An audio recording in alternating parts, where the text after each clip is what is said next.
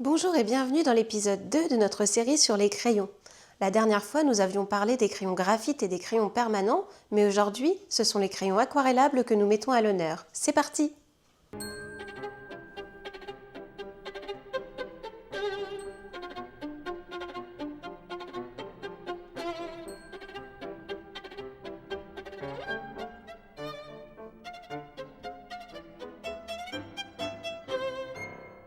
Les crayons aquarellables ont vraiment une place à part dans le monde des beaux-arts. Ils sont à mi-chemin entre le dessin et la peinture.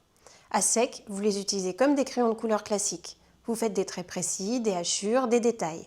Mais dès que vous ajoutez de l'eau, là, magie. La couleur se transforme. Les pigments se diffusent, les contours se fondent et on obtient un rendu proche de l'aquarelle. C'est vraiment ce moment de transformation qui est fascinant. On passe du dessin à la peinture. En résumé, c'est un crayon qui sait nager et ça change tout.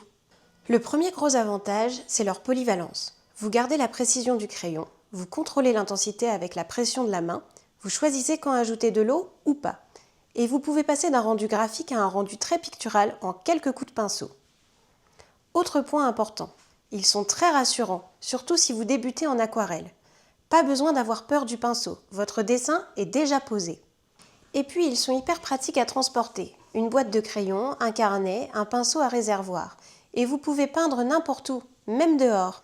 Avec eux, on peut faire plein d'effets. Dessiner à sec puis activer à l'eau, prélever directement la couleur sur la mine avec un pinceau humide, travailler sur un papier mouillé pour des effets diffus ou les combiner avec de l'encre, de l'aquarelle ou même du graphite. Petite chose à savoir, utilisez de préférence un papier assez épais, au moins 200 g par mètre carré pour qu'il supporte l'eau.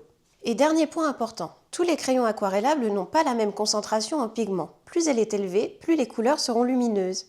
Par exemple, les crayons Woody de Stabilo, à l'origine pensés pour les enfants, sont aujourd'hui aussi utilisés par des artistes.